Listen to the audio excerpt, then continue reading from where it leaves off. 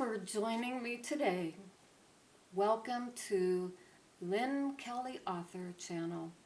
Today I'm going to read you a story, a true story, called Mystery of the Strange Ticking Sound. In June 2011, I went to Laughlin, Nevada with my mom on the senior citizens bus.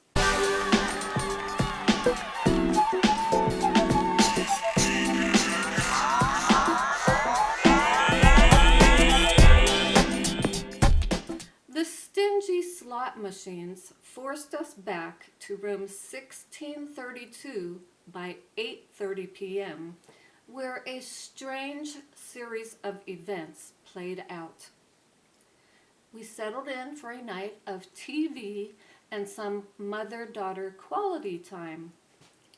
Soon, a ticking sound distracted us.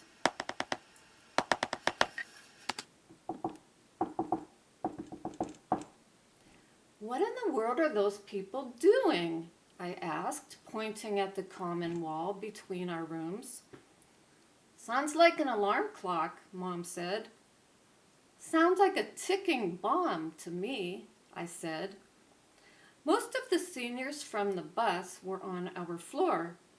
Was the sound coming from some kind of health gadget? Perhaps a life-saving machine? We turned up the TV and waited for the noise to stop. It didn't. Never mind that our bathroom sprung a leak. Actually, it was more like a waterfall pouring from the seam of a rectangular panel in the ceiling. Never mind that the engineer the hotel sent up to investigate the leak couldn't hear the ticking sound. As soon as he knocked on the door, it stopped. "It's probably the wind," he said. "No, it's not the wind," I said. "It's ticking, and it sounds mechanical." Never mind that the leak was soon fixed. It was a broken overflow valve from the tub in the room above us. And never mind that the second engineer who cleaned up the leak blamed the ticking on the wind too. Although sometimes in the summer we get complaints of ticking sounds when it's raining. But it's not raining now. No duh. Never mind that when I asked the engineer what that rectangular-shaped panel in the ceiling was, he informed me that it was just the AC unit. Just the AC unit? Never mind that I worried that water getting into the electrical air conditioning unit might cause a fire to break out, or that a ticking bomb could explode and blow us to smithereens. Never mind that we tried our best to ignore the ticking, which got louder and louder until I wanted to scream. Never mind that Mom called room 1634 and asked the nice lady to please turn off whatever was ticking in her room.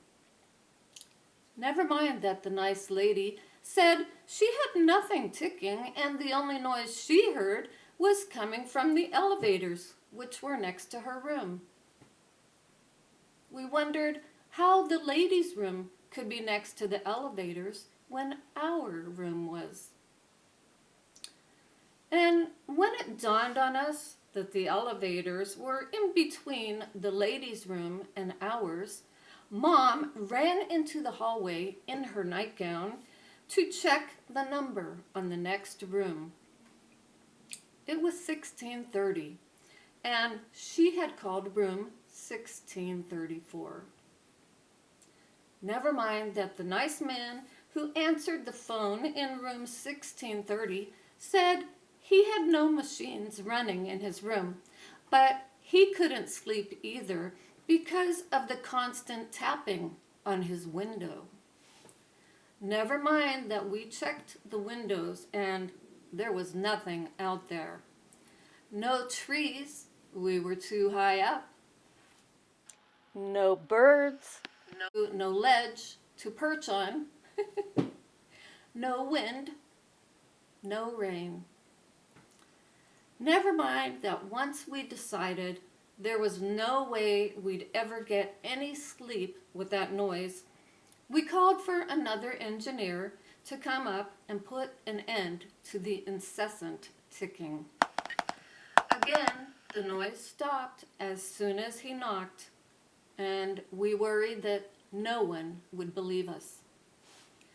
Boy, were we relieved when he said it was no problem to move us to another room. Can you be ready in, say, 15 minutes? Mom and I looked at each other. No, I don't think so. I don't think we can be ready that soon, I said. Well, how about 20 minutes? He asked. Mom looked hesitant. I don't think so, I said. How about 30? We smiled. Sure, we can be ready in 30 minutes. As soon as he was out the door, we scrambled to throw our clothes and toiletries into our suitcases, and we were ready in 5 minutes. We sat on our beds listening to the ticking and twiddling our thumbs until the bellboy arrived to show us to our new room. The bellboy wasn't able to hear the ticking sound either. He told us there were rumors of hauntings in the hotel. That would certainly explain why the ticking stopped every time someone knocked. Plus, the hotel was old enough to have a history of ghosts. Never mind that we pulled our suitcases down the hall at 1:30 a.m. in our pajamas. Mom wanted to change out of her nightgown, but I assured her that it looked like a summer dress, and so she put on a sweater to cover the spaghetti straps. I threw on a sweatshirt and wore my pajama capri pants because they looked like a summer outfit too. To make up for all our troubles, they gave us a room with a view of the Colorado River. And no more ticking. Peace and quiet. Sleep at last.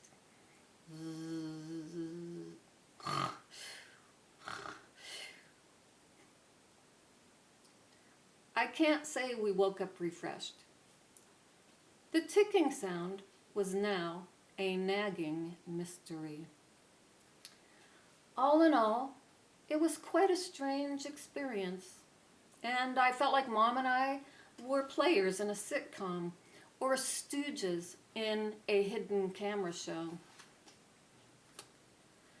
We ended our trip without learning the source of the sound. Surely there had to be an explanation. Would it nag me the rest of my life? A week later, I mentioned the strange ticking at my writers' meeting just as everyone gathered their things to leave.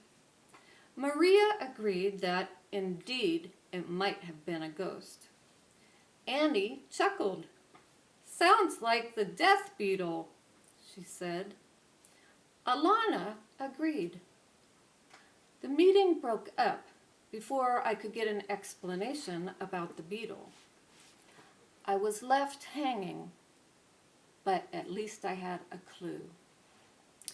A Google search led me to Wikipedia, which states that death beetles are found in old buildings and can be heard on quiet summer nights making a ticking or tapping sound.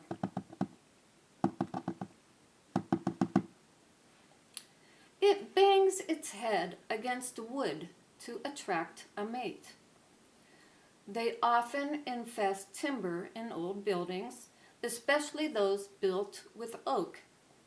Many hospitals and churches became prey to the creepy head-banging bugs. Superstitious people believed the beetles kept vigil over the dying, which resulted in the spooky name death beetle or death watch beetle. The ticking and tapping noise attributed to this freaky beetle made perfect sense and would explain why the sound stopped when someone knocked on the door. The death beetle was watching and listening, perhaps wondering if its mate had come a-knockin'. I do believe the mystery has been solved. Of course, I can't prove it. Perhaps it was a prankster ghost imitating the sound of the death beetle just to creep us out. We'll never know for sure. All I can say is I'm glad my house isn't infested with death beetles, 'cause sleepless nights can wreak havoc on a writer's imagination. How about you? Have you dealt with any strange sounds that kept you awake at night? Please let me know. I'd like to dedicate this story to my lovely mother. I was her traveling companion for many years, and we went on so many awesome trips, had lots of laughs and fun, and I love you so much, Mom. Thank you. Thanks so much for watching. I hope you come again. If you enjoyed this video, I hope you will subscribe. Thanks so much.